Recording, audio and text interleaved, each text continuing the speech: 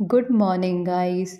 तो जैसा कि लेब असिस्टेंट में आपने देखा होगा कि राजस्थान जीके भी पूछी जाती है और आरएसएमएसएस भी बोर्ड ही लेब असिस्टेंट का एग्ज़ाम करवाता है ना।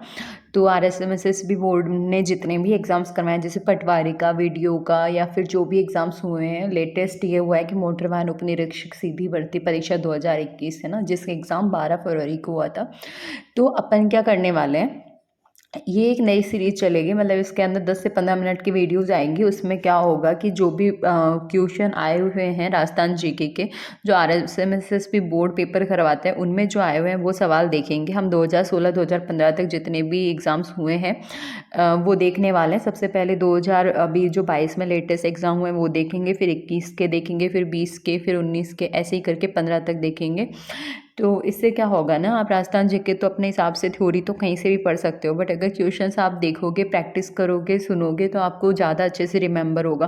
और राजस्थान जीके में देखो, समझने जैसा कुछ भी नहीं होता है। आप जितनी बार सुनोगे, जितनी बार पढ़ोगे, उतनी बार आपको याद रहेगा। तो आप चाहो तो, आपका टाइम मैनेज नहीं हो रहा है तो एक टाइम सेट कर लो कि पूरे दिन में 10 से 15 मिनट जब भी आपको टाइम मिले ईयरफोन निकालो, अपने कानों में लगाओ और अच्छे से ये वीडियो देखो और क्वेश्चन सुनो। आपके माइंड में कुछ ना कुछ तो ज़रूर याद रहेगा और कुछ ना कुछ तो जाएगा ही जाएगा। जब आप इतनी बार सुनोगे, इतनी बार देखोगे या इतना अपने अपने हिसाब से भी याद करने की ट्राई करोगे। तो आज अपन पहला पेपर देख रहे हैं, मोटर वाहन उपनिरीक्षक सीधी भर्ती परीक्षा 2021 का है ना। तो फटाफट फटाफट देख लेते हैं।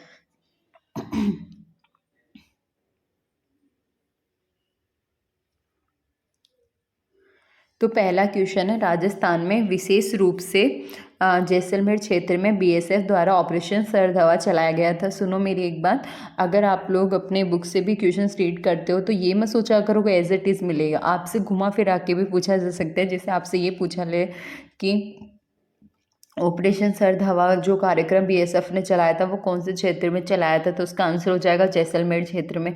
या जैसलमेर क्षेत्र में बीएसएफ द्वारा चलाया गया ऑपरेशन का नाम क्या था, तो सरधवा नाम था। तो आपसे कैसे भी घुमा फिरा के सवाल पूछे जा सकते हैं। तो हर तरह से कि आपको ये खुद सोचना है एक सवाल को पढ़ के कि ये और कितने तरह से पूछा जा सकता है। ठीक है, आपकी इससे बहुत अच्छी तैयारी हो जाएगी। तो पहला क्वेश्चन है, राजस्थान में विशेष रूप से जैसलमेर क्षेत्र में बीएसएफ द्वारा ऑपरेशन सरधवा चलाया गया था। तो इसके अंदर ऑप्शन ए करेक्ट है। किन जिलों में 106 जिला परिषद सदस्यों, 568 पंचायत समिति सदस्यों, 4 जिला प्रमुखों, उप प्रमुखों और 30 प्रधानों और उप प्रधानों के लिए पंचायत चुनाव हुए थे। तो इसके अंदर 12 करौली, गंगानगर, कोटा आंसर है। राजस्थान उच्च न्यायालय के नए मुख्य न्यायाधीश के रूप में किसे नियुक्त किया गया है, तो अकील कुरैशी को किया गया है। और राज्य सरकार के 3 साल पूरे होने पर राजस्थान के मुख्यमंत्री द्वारा निम्नलिखित में से कौन सी योजना शुरू की गई थी, तो मैं शक्ति उड़ान योजना और जागृति कार्य वापसी योजना, ए और बी दोनों। राजस्थान पंचायती राज अधिनियम 1994 की किस धारा को ग्राम सेवक के स्थान पर ग्राम विकास अधिकारी प्रतिस्थापित करने के लिए संशोधित किया था, तो 89 वाली। निम्नलिखित में से कौन सी राजस्थान चित्रकला शैली चोरा पंचसिका शैली से मिलती जुलती है, तो इसके अंदर ऑप्शन डी करेक्ट है, मेवाड़ शैली से। हवा महल का निर्माण किसने करवाया था, तो सवाई प्रताप सिंह ने करवाया था। देखो बच्चों, क्वेश्चन नंबर 8 इस पीडीएफ में से डिलीट हो गया है, तो मैं आपको ऐसे ही बोल के बता देती हूँ। क्वेश्चन नंबर 8 था कि राजस्थानी साहित्य में पवरा क्या होता है ना, मैंने यहाँ पे लिख भी दिया है साइड में।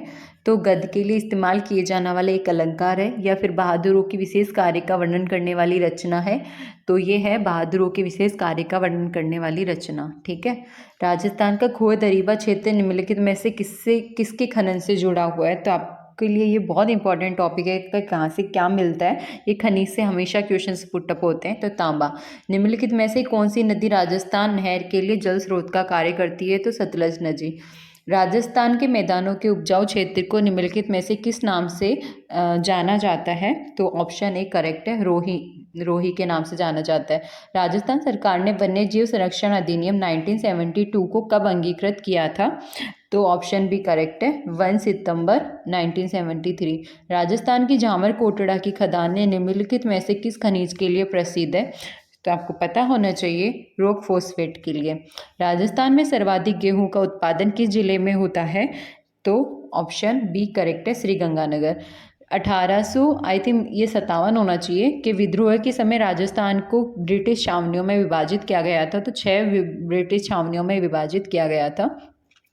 स्वतंत्रता सेनानी हीरालाल शास्त्री राजस्थान के किस जिले से थे? तो ऑप्शन ए करेक्ट है, जयपुर जिले के थे। निम्नलिखित में से राजस्थान का प्रथम किसान आंदोलन कौन सा है? तो ऑप्शन बी करेक्ट है, बिजोलिया किसान आंदोलन। मारवाड़ किसान आंदोलन का प्रमुख नेता कौन था? तो ऑप्शन ए करेक्ट है, जय Narayan Vyas.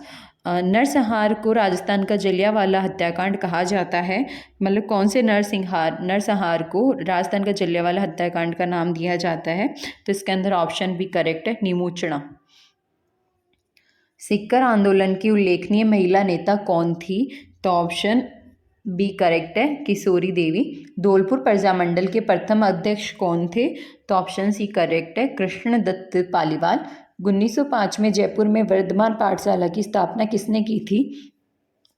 Option D correct है, अर्जुन लाल सेठी ने। निम्नलिखित में से किसका निर्माण रावल जैसल भाटी ने करवाया था? तो ऑप्शन सी करेक्ट है, सोनार किला का निर्माण।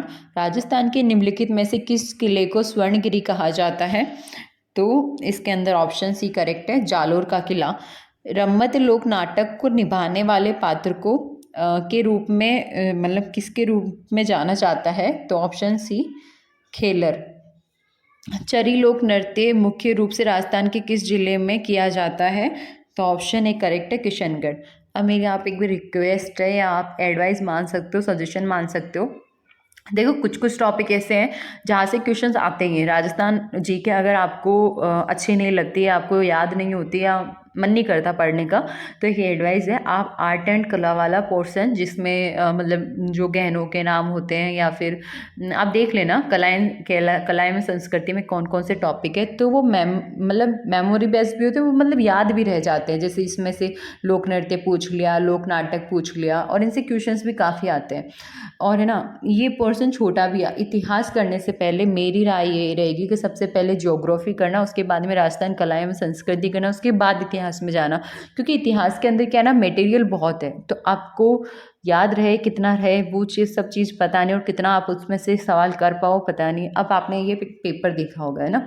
अब देखो कुछ कुछ सवाल बहुत ईजी आते हैं, जैसे कि ये पूछ लिया स्वर्णगिरी कहाँ, मतलब स्वर्णगिरी किस किले को कहा जाता है, तो ऐसे कुछ कोई, जैसे इसमें एक सवाल भी था कि हवा महल का निर्माण किसने करवाया था। तो जो बेसिक है, जो अपन लोग बचपन से पढ़ते आ रहे हैं, बट कुछ कुछ टॉपिक एक लेवल के भी होते हैं, तो जो इजी होगा वो तो हर कोई करेगा, बट टफ वाले वही लोग करेंगे जो मतलब एक कदम आगे निकल जाएंगे, जिन्होंने वो सवाल कर दिए तो।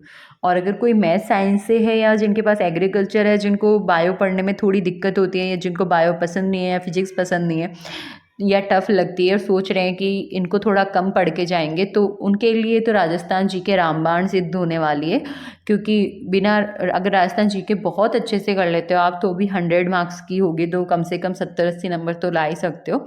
तो बस अपनी तैयारी कंटिन्यू कीजिए, ऑल द बेस्ट। और सुना है आपका नोटिफिकेशन इस वैकेंसी का बहुत जल्दी आने वाला है, तो जैसे ही आएगा आपको इसी चैनल पे मैं बता दूंगी कि कैसे फॉर्म भरना है, कैसे क्या है, क्या फीस है।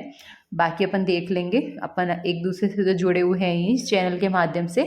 तो ये पेपर यहीं ख़त्म होता है, नेक्स्ट पेपर अपन नेक्स्ट वीडियो में देखेंगे। Thank you.